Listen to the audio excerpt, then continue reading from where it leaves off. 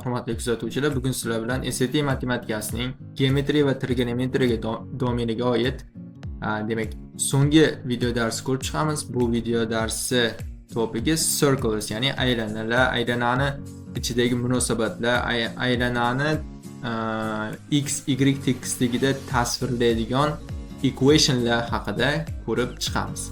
Demak, videoni boshlashdan oldin albatta ijtimoiy tarmoqlardagi sahifalarimizni sizga taklif etaman. Bu Telegram uchun Asadbek Digital SAT Math English, YouTube uchun Asadbek Channel SAT English Mathematics. Demak boshlaylik. Albatta birinchi boshida bugungi rejani tanishtirib o'tmoqchiman. Bu rejani birinchi qismida biz parts of circles, ya'ni circle qismlari, ya'ni circle xarakterlaydigan terminlarni ko'rib chiqamiz. Arcs and sectors, ya'ni arka deyiladi. Endi informalroq ko'p bu. Endi biz ilmiy tilda buni yo'y, aylana yo'yi deb ataymiz va sektorlar. Sektor bu aylana yo'yiga tegishli bo'lgan yuzalar hisoblanadi. Uchinchisi angles and circle, ya'ni aylanani ichida tasvirlaydigan burchaklar bor. Bu uchburchak ichida tasvirlanganda qatnashuvchi burchaklar, bu teng yonlidagi markaziy burchak va hokazo, shularni ko'rib chiqamiz. Equation of a circle, ya'ni aylana tenglamasi, ya'ni o'sha x, y tekisligida bu aylanani tasvirlash mumkin va bu funksiyaga ega. Beshinchisi albatta yangi terminlar haqida sizlar bilan gaplashamiz. Demak, birinchisi bu parts of circle, ya'ni circle qismlari. Bu nimadan iborat bo'lishi mumkin? Birinchi navbatda albatta circumference deb nomlanadi, ya'ni bu aylana uzunligi, mana bu qismi umuman yo'yini uzunligi, umumiy yo'yini uzunligi. Endi aylana yo'yini qismi, qanchadir qismi, aylana uzunligining qanchadir qismi buni arka deb nomlanadi. Ya'ni mana bu binafsha chiziq bilan tasvirlangan uzunlik. Endi sektor bu mana shu aylana yo'yini xarakterlaydigan qandaydir bir yuza deb hisoblasak bo'ladi.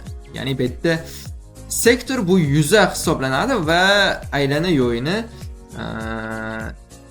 ne desak to'g'riroq, aylana yo'yiga ko'proq bog'liq bo'ladi u sektor. Va albatta markaziy burchakka. Mana bu markaziy burchak central angle ga bog'liq bo'ladi. Va yana aytishimiz mumkin bo'lgan narsa bu aylana radiusi. Aylana radiusi bu aylanani ixtiyoriy nuqtasini uni sentri bilan bog'lovchi kesma hisoblanadi. Ixtiyoriy nuqtasidan sentrgacha, ya'ni aylana markazigacha bo'lgan masofa bu aylana radiusi hisoblanadi. Va ixtiyoriy aylana nimasidan, markazdan o'tuvchi to'g'ri chiziq va aylanani mana bu nuqtalarini tutashtiradigan chiziqqa biz diametr deb nom beramiz. Albatta diametr teng 2r ga bo'ladi va yana aytishimiz mumkin bo'lgan circumference ace bilan belgilanadi 2πr, ya'ni aylana radiusi 2 va p konstanta. Buni yuzasi albatta bizda doira deyiladi. Xo'p, demak buni yuzasi πr kvadrat bo'ladi. Ya'ni umumiy aylana egallab turgan hudud. Agar u tekisligida joylashsa, xuddi shunday shakl, bu qancha hududni egallab turibdi? O'shaning uchun o'shanaqa masala kelganda, o'shanaqa problem kelganda s teng πr kvadrat bizga yordamga keladi. Xo'p, angle central burchak, bu mana bu ikki to'g'ri chiziq orasidagi qanchalik ochiqlik, ya'ni mana bu narsani qancha bir-biriga nisbatan qanday joylashganligini xarakterlovchi kattalik bo'ladi angle. Okay. Demak, arcs and sectors, ya'ni bu yerda arka va sektorlar, ya'ni yo'y va sektor xususida gapiriladi bu prezentatsiyada. Demak, bu yerda arka tushunarli, sektor tushunarli, central angle tushunarli. Demak, bu yerda mana bu arkamiz birinchi navbatda uzunlikka ega va bu uzunlik aylanani qandaydir qismini tashkil qiladi. Misol uchun mana shu uzunlikni L deb nomlaymiz va mana bu radiusini misol uchun 5 ga tenglaymiz. Agar radius 5 bo'ladigan bo'lsa, mana bu arkani uzunligi qancha degan savolga javob topishga harakat qilib ko'ramiz. Buning uchun bizga birinchi navbatda circumference kerak bo'ladi. Aylanani circumference, ya'ni aylana uzunligi 2πr va 2πr ko'paytiramiz. Bu aylanani umumiy uzunligi, ya'ni mana bu nuqtadan yana shunga aylanib kelgungacha bo'lgan masofa deb nomlasak ham bo'laveradi va misol uchun mana bu 60 gradus bo'lsin. Markaziy burchagimiz. Agar markaziy burchagimiz 60 gradus bo'ladigan bo'lsa, bu 60 gradus taqsim 360. Ya'ni umumiy 360 bo'lganligi uchun shunchaki 60 gradus qanchadir qismi. Shu formula orqali mana bu circumference ark anarog'i arka topiladi. Bu yerda unaqangi qiyin murakkablik tug'diradigan bir qanaqadir formula shakllanib qolmasligi kerak. Shunchaki aylanani umumiy miqdori, ya'ni aylanasining uzunligi va uni qanchadir qismi. Umumiy 360 bo'ladigan bo'lsa, 60 ni o'sha central angle 360 ga nisbati bu o'sha mana bu arka, mana bu umumiy katta bir uzunlikdan qancha qismini aniqlab olayotganini, ya'ni qancha qismini tashkil qilayotganligini ko'rsatib beradi shunchaki. Misol uchun, agar shu arkani davom ettirib umumiy bir to'ldirsak, ya'ni mana bu yergacha umumiy katta arka hosil qilsak, misol uchun mana bunday arkani davom ettirib, okay, something like that. Mana shunday davom ettirib umumiy hosil qilsak va bu central burchak endi majoziy ma'noda albatta 360 bo'lib qoladi. Misol uchun 360 ni 360 ga nisbati 1 va yana shuni o'zi kelib chiqaradi. Albatta taqqoslash uchun bu narsani aytdim. Ya'ni arkani uzunligi. Endi sektori yuzasi xuddi shunaqa, xuddi shu kabi, ya'ni pi r kvadrat, albatta bizga umumiy aylanani yuzasi kerak va shuni qanday qismda tashkil topgani 360. Agar u 60 bo'lsa, endi buni men 60 deb o'zim belgilab oldim. Agar boshqa graduslarda bu o'sha nisbati bo'laveradi. Yana aytilish kerak bo'lgan narsa mana bu tepadagi nisbatlarni bir-biriga tenglik. Ya'ni central edge 360 ga nisbati aylana yo'yini qanchadir yo'yini qandaydir yo'yini circumference ga, ya'ni aylana uzunligiga nisbati va sektor areani circle areaga nisbati hammasi bu bitta bir xil konstantaga ega. Misol uchun 2 ga. Yo, 2 ga emas, 1/2 ga desak to'g'riroq bo'ladi. Misol uchun albatta. Chunki har doim circle area sektor areadan katta bo'ladi. Chunki sektor shunchaki uni qismi xolos, yoki xuddi shu kabi circumference arkdan katta bo'ladi har doim. Chunki ark o'shani qandaydir qismi xolos. Teng bo'lib qolishi mumkin. Misol uchun central edge albatta 360 bo'lganida 1 bo'lib qoladi. Albatta 1 bo'lishi mumkin xolos. Qolgan hamma holatlarda 0 bilan 1 orasida joylashgan konstanta bo'ladi. Demak, menimcha tushunarli bo'ldi bu. Xo'p, demak, bitta example ko'ramiz. The circle above with center O has a circumference of 36. What is the length of minor arc AC? AC ni uzunligi nima deb aytayapti? Ya'ni mana bu A dan C gacha bo'lgan masofa. A dan C gacha bo'lgan masofa. Okay, circumference bizda bor. Bu 36 ga teng. Nima bo'lsa ham decimetr bo'lami, santimetr bo'lami qizig'i yo'q. Shunchaki bizga ark topish yuklatilgan. Okay. Demak, mana bu simbolga e'tibor beramiz. Bu simbol bu burchak 90 gradus degan message bizga beradi. Ya'ni bu burchak 90 gradus. Okay. Demak, 90 gradus bo'ladigan bo'lsa, umumiy hisobda mana bu yo'y 90 / 360. Ya'ni umumiy circumference 1/4 qismini tashkil qiladi ekan. Shunchaki hammasida bu yerda 90 gradus bo'lganligi uchun qolganlari ham 90 dan. Ya'ni 4 dan 1 qismi. Mana bu bir qism, bu bir qism, bu bir qism va bu bir qism. Ya'ni 4 dan 1 qism. Demak, shunda ko'rinadiki, umumiy circumferencening 4dan 1 qismi, ya'ni 36 ning 4dan 1 qismi nechi bu? Albatta bu 9 hisoblanadi. Javob bu mutlaqo to'g'ri javob hisoblanadi. Boshida ozgina soddaroq ko'rinishi mumkin, lekin unchalik ham qanaqadir bir oson ham deb bo'lmaydi bu narsalarni. Shuning uchun bir mantiqan tushunish bu yerda juda ham katta as qotish mumkin har qanday problemni topish uchun. Demak, example shundan iborat edi. Hop, keyingi angels in circle, ya'ni circle degi angellar qanaqa bo'ladi? Angel bu burchak.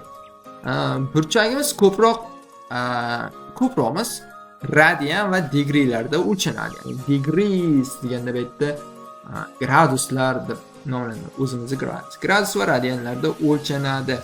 Misol uchun mana bu bergi radian gradusni belgisi, radianni belgi yo'q, shunchaki rad deb yozib qo'yilishi mumkin. Hop, aylanada uchburchak tasvirlangan. Endi bu uchburchakka e'tibor beradigan bo'lsak, mana bu A dan O gacha bo'lgan masofa va A dan O gacha bo'lgan masofa bu bizda R. Chunki ikkita nuqtasini bog'layapti. Va xuddi shu kabi O dan S gacha bo'lgan masofa. Bu C gacha bo'lgan masofani arog'i bu ham R. Ya'ni radiusga teng bo'ladi. Bundan ko'rinadiki, mana bu uzunlik bilan bu uzunlik bir-biriga teng. Uchburchakda bu uzunlik bilan bu uzunlik bir-biriga tengligidan bu uchburchak teng yonli ekanligi kelib chiqadi. Ya'ni teng yonli uchburchakning xossasi har qanday teng yonli uchburchakda uni asoslari. Ya'ni mana bu endi bu yerda teskari turibdi. O'sha mana bu teng yonidan farqli ravishda bo'lgan boshqa bir uchinchi tomoni bu asos hisoblanadi. Ya'ni mana 2 ta 3 ta. Ya'ni xuddi bir-biridan farqi bor uzunligi degan. Va shu asosga tiralgan burchaklari mana bu burchaklari bir-biriga teng bo'ladi. Bundan ko'rinadi. Ya'ni 50 gradus va 50 gradus. Va bundan ko'rinadiki, mana bu burchakka demak 80 gradus qolyapti. Uch burchaklarni ichki burchaklari yig'indisidan kelib chiqib 180 ga to'ldirmoqchi bo'lsam, uchinchi burchak albatta 80 gradus bo'lishi shart bo'ladi. Endi mana bu yerda x deb qo'ygan. Endi bu umumiy aylana. Bitta nuqtaning umumiy aylanasi 360 ligidan bu yerda 80 360 ayiraman 80 ko'rinishda bo'ladi. 360 dan 80 ayirsak bu 280 gradus bo'ladi. Demak, mana bu x'imiz 280 gradus bo'lishi mumkin. Yo'q, misol uchun bu yerda qanaqa savol berilishi mumkin? Berilishi kerak bo'lgan savol A dan C gacha, ya'ni katta nimani arkani topish yuklatilishi mumkin. Balkim yoki A dan C gacha bo'lgan masofa topish yuklatilishi mumkin aylanada. Demak, umumiy angelda shundan iborat. Bundan biladigan birdan bir maqsadimiz, eng asosiy narsa bu mana bu ikkita teng yonli, ikkita teng tomonga ega bo'lgan uchburchak hosil bo'lishi va bu uchburchakga xossasiga tayangan holda qolgan burchaklarni ham topib olish juda ham muhim hisoblanadi. Demak, an example. Bitta example ko'radigan bo'lsak, what is the value of x? Shunchaki x ni qiymatini topish yuklatilyapti. Mana bu tartibda chizma berilyapti. Yana o'sha narsaga e'tibor beramiz. Mana bu markaziy burchak, mana bu markaziy nuqta, bu B va O R va A va O R, ya'ni bir xil o'lcham, bir xil measure. Endi bundan kelib chiqadi, yana o'shanaqa bir xil uchburchak hosil bo'lib qolyapti. Ya'ni teng yonli uchburchak. Oldingisi bilan faqat graduslar ozgina boshqacha, 35 gradus va bu umumiy 70 gradus bo'ladigan bo'lsa, bu 110 liga kelib chiqyapti.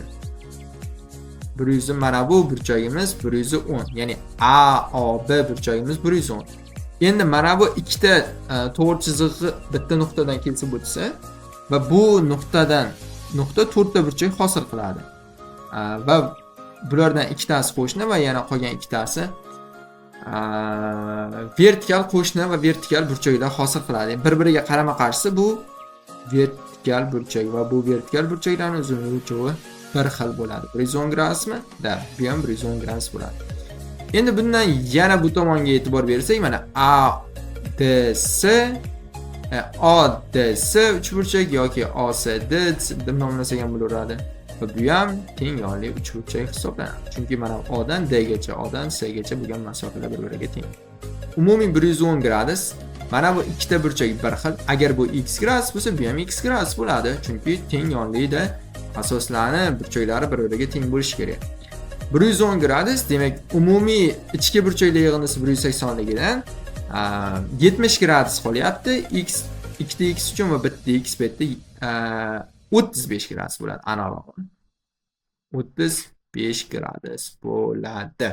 Mana shunday tartibda misollarni ishlashimiz mumkin bo'ladi. Umid qilamanki hamma tushunadi. Xo'p, endi eng muhim mavzulardan bittasi bu equation of a circle, ya'ni aylananing x, y tekisligida tasvirlanishi. Umumiy tenglamasi mana bundan iborat. X minus h. Endi h bizda ko'proq a deb o'qitiladi, ya'ni x minus a, y minus b deb h, x minus h kvadrati plus y minus k kvadrati umumiy albatta teng r kvadrat. Mana bu tenglama aylana tenglamasi deb nomlanadi va bu buni x, y tekisligida tasvirlashimiz mumkin. Tasviri mana shundan iborat. Ya'ni bu h bilan k mana bu aylanani nima nuqtasi bo'ladi? Ya'ni markaziy nuqtaning koordinatasi bo'ladi. Aniqroq aytadigan bo'lsak, radius bu umumiy radiusning uzunligi bo'ladi r. Bunda shunaqa deb berilgan. Xo'p, misol uchun the circle above has center located at 1, 2. Ya'ni 1 va 2, 1 va 2 nuqtada, 1 va 2, x da 1, y da 2. Mana bunday qilib undan to'g'riroq. Ya'ni x da 1, y da 2 degan koordinataga ega va radiusi 3 ga teng. 3 1 1 2 3 3 ga teng. Va bu yerda h 1 ga tengligida va k 2 ga teng, 2 ga teng va bu yerda radius 3 ga teng va buni mana bu haqiqiy tasviri equationi mana bundan iborat. X minus 1 ni house kvadrati plus y minus 2 ni house kvadrati umumiy teng 3 kvadrati ko'rinishda bo'ladi. Mana shu tartibda bo'ladi. Ya'ni umumiy tasvirlanishi shulardan iborat. Mana bu x bilan y oldidagi sonlar aylanani markaziy nuqtasining koordinatasini bildiradi, radiusi uni qanchalik kattaligini anglatadi. Bitta eksempl ko'rsak. In the xy plane the graph of, ya'ni x, y tekisligida, albatta x, y boshqa tekisliklar ham mavjud. O'shaning uchun bu yerda urg'u berib ketyaptiki, x, y tekisligida mana bu funksiyani, mana bu tenglamani grafigi circle dan iborat. Ya'ni buni what is the radius of the circle? Ya'ni buni radiusini top deb belgilayapti. 2x kvadrat minus 6x plus 2y kvadrat plus 2y teng 45 ko'rinishdagi equation berilyapti bizga va buni radiusini topish yuklatilyapti. Xo'p, demak biz birinchi qilishimiz kerak bo'lgan ish aylana tenglamasini yozib olish bo'ladi. Umumiy aylana tenglamasi x minus h berilganida kvadrat plus y minus k berilganda k shu radiusi kvadratiga teng. Mana shunday tartibda shakllantirishga harakat qilib ko'ramiz mana buni. Demak, ikkita umumiy to'la kvadratni yig'indisi va umumiy bitta sonni kvadrati. Okay, demak birinchi qiladigan ishimiz. Mana bu yerdan 2 ni chiqarib ko'ramiz. Demak, berilyapti. 2 ni chiqarsam agar x kvadrat minus 3x bo'ladi. Plus bundan ham 2 chiqaramiz. Y uchun alohida y kvadrat plus y ko'rinishda bo'ladi teng 45. Endi mana buni to'la kvadratga keltirib ko'ramiz. X kvadrat minus 3x 3x ni to'la kvadratga keltiraman. X kvadrat to'la kvadratning formulasini eslayman. Mana bu yerga yozaman. a minus b ni qavs kvadrati bu teng bo'ladi a kvadrat plus yo'q minus bizda minus bo'lganligi uchun 2ab plus b kvadrat. Plus minus mana bu yerdan almashadi. Okay, demak 2 ni chiqarib olishim kerak. Mana bu yerdan. Demak, bu yerda menda 1,5 qoladi. 1,5 va x bor. 2 ko'paytiraman 1,5 ko'paytiraman x va menga kerak bo'lgani a ni o'rnida x kelyapti. Mana x turibdi. 2 formuladagi 2 minus formuladagi minus va 1,5. 1,5 kvadratini hosil qilaman. 2,125 va minus 2,125. Men o'zim hosil qilganim uchun 2 ta ertashsam 0 bo'lib qolaveradi. Ya'ni o'zi aslida x kvadrat minus 3x ni umuman o'zgartirganim yo'q. Mantiqiy ravishda o'zgartirganim yo'q, shunchaki ko'rinishini o'zgartirdim. Ya'ni men mana bu narsani intilyapman. Birinchisi shu. Endi ikkinchisi 2 y kvadrat. Okay. Demak plus y. Okay, demak formulada 2 bor edi. 2 ni chiqarib olishim kerak. Formulaga qiyoslayapman. Xo'p, faqat y ga o'zi edi-ku. Endi bu yerda men 1/2 berib yuborsam, mana bu oldidagi xuddi bir koeffitsiyentni 2 ga ajratib olgan bo'laman. 2 ko'paytiraman 1/2 ga ko'paytiraman y. Ana endi bu y kvadrat formuladagi a birinchisining kvadrati plus 2 ko'paytiraman birinchisi ikkinchisi. Ikkinchisi bu 1/2 bo'lishi kerak. Okay. Demak, bu narsani bunday qilaman. Buni kvadrati plus 1/4 va minus 1/4. Umuman hech qanaqa o'zgarish yo'q. Faqat o'zgarish shaklda bo'lyapti xolos. Ma'no jihatdan o'zgarish bo'lmaydi. Agar ma'no jihatdan o'zgartirsam, buni demak matematik qoidalarga zid ravishda harakat qilgan bo'laman. Endi mana buni davom ettiramiz. 2 ko'paytiraman x kvadrat minus mana bu berilishi va mana buni okay, men yozib ketaverayim. 3x umumiy va plus 2,125 va qavs bekitib umumiy uni 2 ni ko'paytirib qavsdan tashqariga chiqaraveraman. Umum minus 4,5 bo'ladi. Qavs shu yergacha qavs bekitdimda va mana buni 2 ga ko'paytirib chiqaraveraman. Shunchaki chiqarib olmayman, chunki umumiy 2 ga ko'paytirish turibdi. Buni ham xuddi shunaqa 2 ko'paytiraman. Y kvadrat plus y va plus 1/4 albatta. Va yana buni ham 2 ga ko'paytirib chiqaraveraman. Bu minus 0,5 yoki 1/2 desak ham bo'laveradi. Endi ikkovini qo'shib yuboraman. Shunchaki mana buni 2 ga ajratyapman. Ikkovini qo'shib yuborsam qanday bo'ladi? Ya'ni mana bunday bo'ladi. 2 ga ko'paytiraman. X kvadrat minus 3x plus 2,125 degani bu x minus 1,15 qavs kvadrati degani. Demak 1,15 qavs kvadrat. Minus 4,15 bor menda va plus 2 ko'paytiraman. Mana bu yerda bu y plus 1/2 ni qavs kvadrati. Va bu yo'q, menda yana bitta bor. Yana bitta son bor. Albatta juda muhim bu son. Minus 0,15. Mana bu qismi qolib ketdi menda. Demak shu narsa 45 ga teng bo'ladi. Endi yana. Xo'p, 2 ko'paytiraman. X minus 1,15 qavs kvadrati.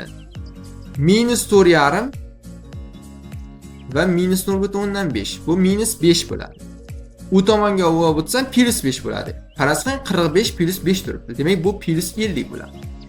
2 ko'paytiraman. Y plus 1/2 teng hali aytib o'tganimdek 50.